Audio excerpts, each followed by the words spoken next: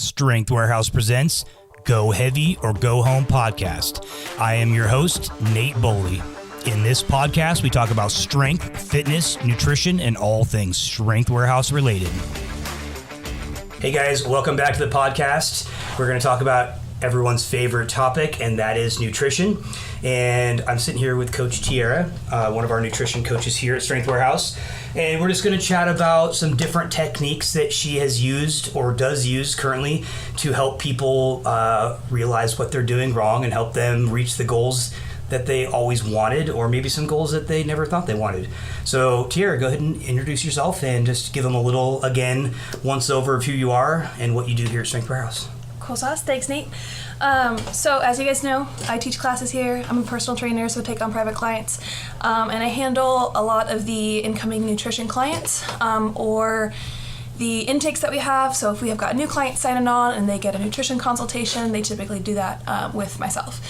So yeah, in those, there's a lot. There's a lot of stuff that we go over. What's the typical thing that you hear from clients? Like goals-wise, and then maybe something that they are like a misconception. First things first, I always get like clients that are not, typically, I can't say always, I get a lot of clients that are not eating enough food, right? Sure. They talk about they've been lowering their food and cutting things back, and they're only eating salads, and they're trying to focus on that and not losing any weight and not seeing any progress in the gym, and they don't understand why. And they also struggle to get stronger in the gym. Correct. Yeah. Absolutely, because they have no consumption for calories to burn and to grow and all the things. And that's like, well, typically the goal is like, I want to get stronger, I want to lose body fat, I want to perform better. But it's really counterintuitive to them coming in and saying like they're not eating enough food. Sure. So the misconception is that they need to eat less food to get to their goals of losing weight. Correct. But that's a completely like counterproductive thing, like we said. Yeah. All right. So with that, I guess the biggest thing I end up talking to my clients about, or our nutrition consults about, is starting to increase their calories. That's like always my first thing that like I kind of end up blurting it out because I get so excited about like talking about being able to feed them, and you should see their responses because they're like, wait, what? I can eat food? You can eat food. Food is fuel. I bet you get a lot of pushback from some people though. Oh yeah. Oh yeah, for sure. A lot of, I see it a lot more with women than I think with men, because women have just been fed this feedback of cut food, don't eat. Yeah. Yes, of don't eat, starve yourself, and be thin, and that's what everyone wants. Yeah, I see that quite a bit, and then they're like really hesitant at first, and I have to tell them, you're like, look, listen, this is where we're going to start. We're going to start with feeding you, or reverse dieting you, and you might see the number on the scale stay the same, or like sometimes it increases a little bit, but like we can't even check our weight for like that first couple weeks. We're just going to like start with feeding you and see how you feel, and going from there. So a lot of times people will like sacrifice like how they feel for what they perceptually think they look like, or like a specific number. Again, I've talked about this in our podcast before, but it's kind of like the boiling water, the frog in the boiling water analogy. If you have a boiling pot of water and you throw a frog in it, it's going to freak out and jump out. But if you put a frog in cold water and turn up the temperature, it'll stay in there until it dies. And that's the kind of the same idea as when you're getting into these diets and stuff where you feel like garbage because you're not feeding yourself and you're not have no nutrition. Over time you don't realize how terrible you feel until all of a sudden you've eaten some food and now you feel good. Okay, so what is reverse dieting in a nutshell? Very basically, it's increasing your food over time, and then depending on your goal, so like we'll start at, just say, I'm gonna throw a number out there, like 1,200 calories. Client walks in, say they're not eating anything. We start them at a low amount because you can't just like force feed them, right? Sure. They've got to increase their calories in order to be able to eat a good amount over time. So just say we start client X at 1,200 calories, which is really stinking low, like way, way low. But you've seen people come in with lower than that, I've seen people come in with like 600 calories, sub 600 calories. That's like a grape and a lettuce leaf wrapped on top of it. That's like a newborn baby's diet. That's literally like nothing. And over the next few weeks to months, depending on the time frame that we were looking at, increasing their calories, increasing their macros. And what we do is we steadily watch their weight, and we watch like their body fat and their performance in the gym. and their muscle mass. So typically what you end up seeing is as we're feeding clients, right, they start at this certain amount, they hit their 1200, they're like, oh, I'm starting to get more hunger cues. Like, oh, I'm actually starting to feel like I lifted a new weight, I hit a new PR in the gym. Yeah. And then a couple weeks later, we'll go up to say to like 1,400 calories, we'll increase their carbs and their fats typically protein's pretty steady. We have protein at a number to support muscle mass, and we don't necessarily need to increase protein all too often once they hit that marker. But just steadily increasing them, increasing the fats and carbs over time, and watching, typically, we end up seeing their weight, like, stay steady or go down a little bit. Their muscle mass is steadily increasing, body fat's going down, but their bodies are just performing so much better. And they just feel way better. Feeling so much better. And they're like, whoa, I didn't realize I could eat all this food and still lose weight and still hit under a certain calorie, or, like, not calorie, weight amount, you know? And then they're, like, super stoked. As a lot of times, like, people have this idea that they have to be at a certain number, but it's not necessarily the number that they're actually looking for. They're looking for the body composition and the feeling, right? They're like, if I get to 100 X pounds, I'm going to feel great. When in reality, it's not true. Like, when you get to that 100 and X pounds, you're probably going to feel like garbage because it took you forever to get there the wrong way, and then once you get there, you have to sustain it there, and then if you try to eat more food, you just go right back to where you were. Correct. Right. And there's a huge rebound effect just specifically with that, but that's a whole conversation too. The number is so arbitrary, but when I go through my nutrition consults, I have people at the end of the consult, we go over like what their goals are, right? I give you 3 goals, nutrition or fitness related. And in that, I typically hear, like, I want to be under X amount of pounds, or I want to be this number. And I was like, well, why do you want to be that number? Well, I weighed that number in high school, or when I played sports in college, whatever. And then my first feedback to that is, like, I love that you've got a goal in mind. That's a great start point. However, I need you to be a little bit... It's not realistic. No, not necessarily. I was like, I need you to be a little bit, like, loose with that goal, because we're not going for a number. Like to each their own, sometimes, you know, can make sense, but... it's like we're not sticking to a hard set number. Whether we hit that number, whether we're a little bit above it, a little bit below it, that's not the goal. The goal is, I see, like, what you're really talking about is losing body fat. And your calories are low. We're going to start to increase food and see how those kind of, like, feed off of each other. Absolutely. Yeah. Cool. So how, like, just for an example, is there anybody that you've done this with just, like, in the past that has worked really well with? I've had... don't have to name names, but... Oh, can I? Can I? Because I'm so stinking proud. We can, absolutely. I had one client, she's not a nutrition client anymore, but Allison Fountain was one of my very first nutrition clients, and she did personal training at the same time, and her numbers were really steady. So our nutrition coaching program is a minimum of 3 months, right? So her numbers were really steady for like the first 2 months. It took 2 months for her body to get used to her eating the certain amount of calories that we put her at.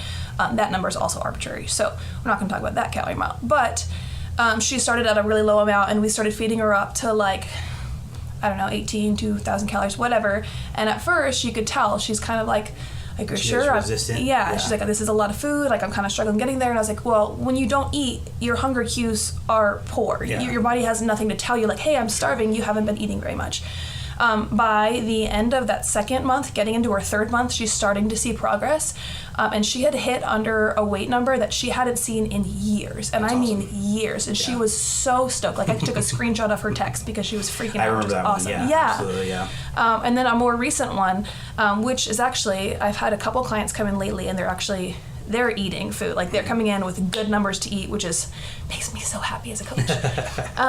And it was a matter of, like, adjusting their macros, their percentages to, like, be more suitable to their goals. And then a week, she already lost 3 pounds. And she's been at that weight now, increasing food and kicking butt in the gym and hitting new PRs like crazy. Are we talking about the one that just had, was it a 60-pound PR or 40-pound PR? Yeah. 40-pound PR in 2 weeks? I think so. It was like 2 weeks, 40-pound squat PR, and it was all because she ate more food. Yeah, that's what she keeps attributing to. It's those carbs. It's Erin. Erin's phenomenal. I'm going to throw her name out there. She kicks such solid butt in there, and she's already she's got a good head on her head for nutrition anyway, but she needed a little bit of correction, a little bit of guidance. Sure.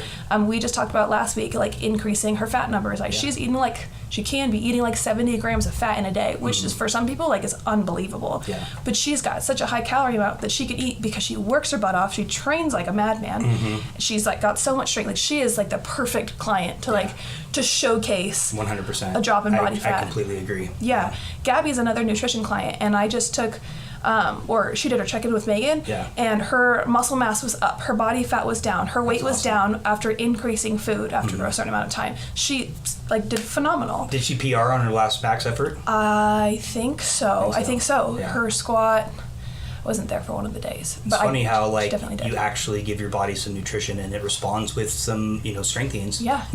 Crazy, right? Yeah, crazy. Hey, feed your body, let it recover, don't beat it to pieces, and let it give it some nutrition, and it's amazing. You can see some strength gains, some body composition changes. All right, so you said some of this can come down into hormones and stuff like that. What do you guys do, or what do you? Yeah, I guess what do you guys do with that? Obviously you're not testing hormones and stuff. No, I do recommend if people haven't gotten their hormones tested to kind of check them out, to go get them tested, run them through a doctor, kind of see what their levels are at. Especially when I have clients come to me and say that they're really struggling, either they're eating a lot of calories and they're really struggling with energy levels, or they're not recovering well, or things like that. I can't look at the labs and tell them what to do, but I can interpret them and kind of adjust, especially if we're working on nutrition stuff, adjust their nutrition that way. I guess really specifically fats in your diet are super, super important for 100%. So important. For all the hormones. For the hormones, the transporting of nutrients, all the things, right? So if we're talking about having an incoming client come in and they're like, I cut out all these fats in my diet, I eat nothing but ground turkey and chicken breast and salad. I've been there. Yeah. It sucks. It sucks. Awful. And sure, you can lose a little bit of weight like that, but again, your body is screwed now. It's got no hormone transport. So you're done. And it's going to take a long time to recover from that. It does. It takes a really, really long time. There's also some so leptin and ghrelin are the really important hormones when it comes to your hunger cues. So a lot of times people come in and well, I just don't get hungry, so I just don't eat. And I'm well, that's not a good thing. Yes, that means your ghrelin is very low. Exactly. It means it's super, super low. Or that you're more leptin resistant because you've fasted for fasted for years and years and years and barely eat any food. Of course you're resistant to these hormones. They're not stimulated the way that they need to be, and normal hunger cues are good. People think they're not, especially in consults. I get that all the time. I'm just not hungry. I want you to be hungry. Your body is supposed to be hungry. Yes. Yeah. I want it to tell you, hey, you just trained really, really hard. Go eat some protein. Go eat some food. Yeah, exactly. I think a lot of times people think, will attribute hunger pains as a nuisance because they're I'm working, I've got all this stuff I got to do, I'm hungry now. And so now I've got to stop what I'm doing, go find some food. But the way to get around that is to do some meal prepping and have it ready for you. Yeah. I carry a backpack around with me almost everywhere I go. I know that's a little extreme for some people, but you can easily, carry around some good snacks or whatever and just eat them and just make sure it's the right stuff. Because, getting hungry and eating food is absolutely natural. Yeah, it's a good thing. It's your body responding appropriately. So while it's a nuisance, so are a lot of other things that we need to deal with. So it's just you have to shift. Yeah, exactly. You have to shift your perspective, though. Sure. To not be oh, now dang it, my body's hungry. No, if you're prepped or you've got snacks, that's phenomenal. Your body is telling you it's firing, and that's what we want. I had clients laugh at me the other day because I keep turkey breast in the fridge just so I have a little snacky snack when I need some protein. And they're like, are you just eating turkey? And I was like, it's absolutely. It's lunch meat and it's protein. And I'm low on my protein today. What do you mean? Laugh at me all you want. I got my goals today. Yeah. So it's the funny thing about nutrition. Actually, it's not funny. It's kind of frustrating for coaches. It's very much a mental, emotional thing, and we've been fed this lie. So somehow, I don't really hear many people talking about it, but it's somewhere deep in the social networks, right? Of just people don't eat, keto, whatever. All these diets, they do work. a little bit. Sure. They're non-sustainable, and they're not very fun. Nope. And you don't have to do it. You can easily get results just by curtailing your macros, eating at the right times, and then eating the right amounts. Yeah, eating that. And then eating whole foods. That's such a big thing, like, for people to start with that. If you're not starting to count calories and you don't want to count macros, you just want to focus on the two simple thing, eat whole foods and get some protein in. Yeah. Like, you can see a lot of success. And drink some water. And drink some water. A lot of people don't drink some water. Don't drink enough water. This is very true. Yeah. That's a good one. Yeah, that's a big one. Because a lot of people also think they're hungry when really they're just thirsty. Because the body's not like, hey, I'm thirsty, or hey, I'm hungry. It's the same feeling. Right? It's a stimulation. Your body's stimulation, and you're like, hey, I'm going to start putting some food in my mouth. But yeah, that ties into like how our nutrition program really works, right? We start people off with just the basics, like, hey, what are some low-hanging fruit that we can attack that are going to optimize the foundation of your nutrition? Yeah. And that's habit stacking. Yep. Really, it's perception, changing your perception a little bit about it, mindset, and then stacking some wins. Yeah. Getting a little bit of habits built in there, and then we can go from there. Yeah. I've got a lot of clients, specifically one the other day, she just checked in, and it was her anniversary. So she was out. She's like, well, I went out with my husband, and I did this. And I was like, okay, good. Like, that's life. Enjoy your meal. I hope you had a wonderful, wonderful weekend. Yeah. Now what do? Now you get back on it. Now you get back on it. Do you have meal prep for the week? Oh, no. Okay, that's your first step. Yep. Do you get your water in while you were gone? Oh, I tried to. Good. That habit is now kind of like... It's working its way in there. Yeah, exactly. So like little things like that. Exactly that. How do you get back into something after taking some time off or having a free meal? Like, those are all habits that we adjust to. Sure. Rather than it being like, oh, I went out with my girlfriends and I had a burger and now I'm just like... Screw it. I need to eat a burger every day for the next week. Yeah. Like, no, that's a habit that we want to adjust. It's a one-time off, accept that decision, move on from there. Yeah, exactly. Win the next step, right? Win the next step. Or win the next decision. That's the one I always say. Win the next decision. If the next decision is a cheeseburger or what your plan says, you have the choice right there. Yeah, do it. I love that. But you won't win if you don't make the very first choice, which is doing your meal prepping. Because if you're hungry and you're on a time crunch, you're not going to go find somewhere to make food. You're not going to drive all the way back home, make your meal. You're going to find the fastest place to get your food so you can get back to work and not feel like you're hungry anymore. Yeah. And that's where like the bad cycle happens over and over and over again. Yeah, especially if you wait until your hunger cues are peaked through the roof and you're starving. I'll tell you firsthand, I'm not going to You're going to get a freaking Snickers. I'm going to go stuff my face, with a payday or something. Exactly, something that's easy, and I know it's fast energy, and it tastes good. And I'm going to get out of that feeling quick. Yes, exactly. And then afterwards, how do you feel? Ugh, I feel gross. I feel groggy. I wish I would have prepped. Yep. Well, instead of waiting to that point, anticipate that. Sure. And prep. And get your The stuff prep, together. and so we get this a lot. People are like, oh, we went to the lake, or family was in town. I'm not calling anybody out, but I just saw that text. My family was in town, or we were busy or whatever. And I have literally not missed a meal prep Sunday in like 15 years because I just time block it out. I know it's there. I have to do it. It's just it's ingrained in my daily routine on Sunday to just do it. Because you have made it a priority. You have chosen to make that a huge priority in your life. Thus, you are set up for success for the entire week. Yep. That's exactly why. And you have to do that. Yeah. Otherwise, you won't. No. You have to choose your priorities, right? So are we going to sit there on Sunday mornings and sit and chill and like not do anything because it's a Sunday and it's the day before the work week? Or are we going to set aside an hour or two in the morning, bust that stuff out, and then go about your day? Yeah. I like the evening, so I'll cook most of my food, like the meats, in kind of like the morning time because everybody's kind of out at, still in bed, getting coffees or whatever. And it's super easy to just throw on the smoker or the grill, get the meat cooking, and then I put it in the refrigerator and I let it cool. And then we do our things for the rest of the day. And then I come back and I just turn on some good jams, maybe put on a podcast, pour a glass of whiskey, and just do all my prep. Yeah. And that's super easy, and it's my ritual, and the family knows it's there. And nobody, maybe one time I don't do it on Sunday because we get back from a vacation, but I do it Monday the next day. And so that's like my routine. I love it. I learn a lot. I listen to some great music and just get everything done. Yeah, I'm going to comment on that though right there. What happens when you don't get it done on one day because life happened? You get it done the next day. It is still a priority. Yeah, it's still one of the first things on your mind, rather than it being like, oh, dang it, I missed my meal prep Sunday. Now I'm screwed for the week. Yeah, exactly. No. Just get it in. Even if it's Tuesday or Wednesday, you can still get it in and still have it in for, then you can have some food for next week. Exactly that. Yeah, it's just one of those things. It's just like you said earlier, like you go off wagon, and what do? The next thing you do is get back on it. What is your next step? Yeah, that's your next step, and sometimes people don't realize it or don't see it. But this is the basics of nutrition and fitness and health in general. Like, you miss a class. Then you cancel your membership because you missed the class? I've seen people who have done it, but you shouldn't. Like, you should just be like, hey, I missed that class. It is what it is. I'm going to get back on it. Or I'm going to do whatever I can. I hear this quite often.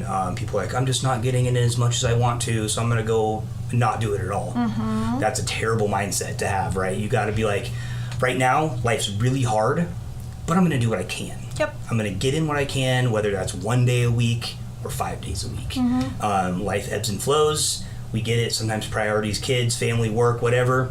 But we all have the same 24 hours in the day, and we only can make our own decisions one step at a time. And that's pretty much it. I know this kind of went in different directions. Kind of went everywhere. Yeah, kind of went everywhere. It's all good stuff, honestly. No, it's really good. No, and honestly, like, this is really, you can tell that the people that are going to be successful right away, they're willing to just put in the work and time block off and that type of stuff. Yeah.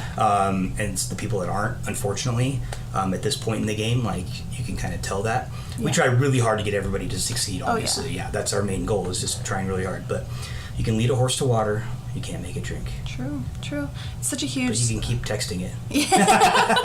It's such a huge psychological aspect, though, but it is such... You have to get out of those old habits, the ones that have gotten you nowhere. You do the same thing. Well, every Sunday I sit and I do this, and I don't, I don't want to meal prep. I don't want to do this. I didn't make the time. Okay, well, those habits have gotten you here. Sure. So what do you want? Do you want to change? Do you want to continue those habits? Yeah. Let's adjust. Yeah. Cool. All right. Well, we're going to jump off here. We think we've bashed you all enough on nutrition and fitness. Good stuff. Thanks for joining us, guys. And we'll have some more nutrition probably in a few more weeks. Yep. All right. Sounds good. Thanks for joining us on this epic journey of strength. If you liked this episode, please leave us a review and share with a friend. To stay connected, hit that subscribe button. All right. Until next time, go heavy or go home.